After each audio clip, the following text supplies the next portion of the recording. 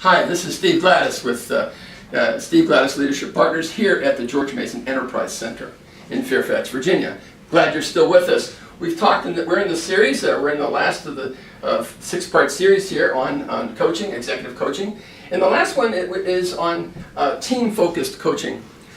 It's interesting because executives don't get anything done themselves per se. They get things done through their teams. And the higher you are in an organization, the more you rely on other people to execute on getting things done.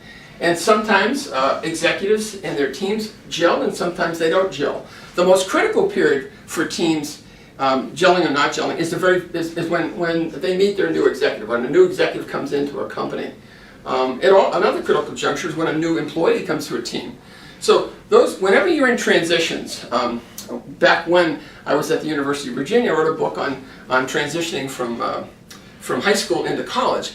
And we began to discover that the transition points in people's lives are the most critical points. So teams, whenever they go through any kind of change, is a critical point for them.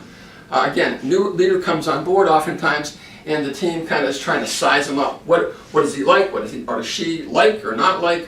What are their pet peeves and all that kind of stuff. Transitional coaching, we talked about last time, can handle that. But then team coaching can help you take it even a step further. Teams are organisms, just like people, and they act that way. They have leaders within them. They have informal and they have formal leaders.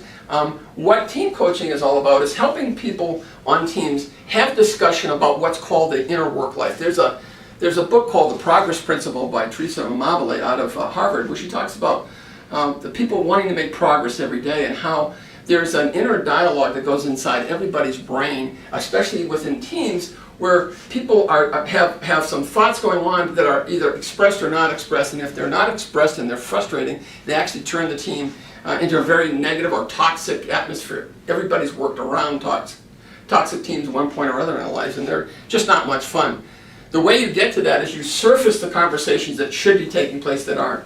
One technique you can use is just a simple technique. It's just pass the index cards around to the group, have them write down what they think is really wrong with the teams, collect those things and write them up on the boards, have them be completely anonymous, and then start to talk about some of those issues. You'll be amazed that just discussing the elephant in the room is incredibly efficacious. Another thing that we teach teams how to coach themselves.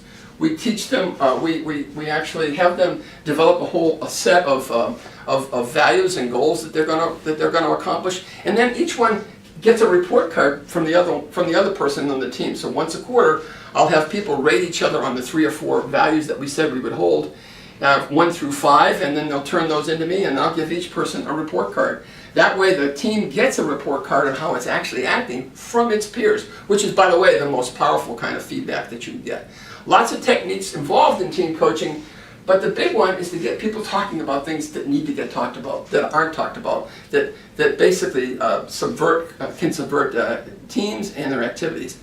This has been Steve Gladis, and we hope that you've enjoyed. I hope that you've enjoyed this whole selection on executive coaching, just to kind of get a better idea. And if you have other questions, certainly you'll see my email, you'll see my phone number. Don't hesitate to call. We do consultations all the time. Whether you come with us or not, we want you to understand the use of executive coaching in these various ways that might help your company progress. Thanks very much for joining us. This has been Steve Gladis and Steve Gladis Leadership Partners at the George Mason Enterprise Center. Thanks.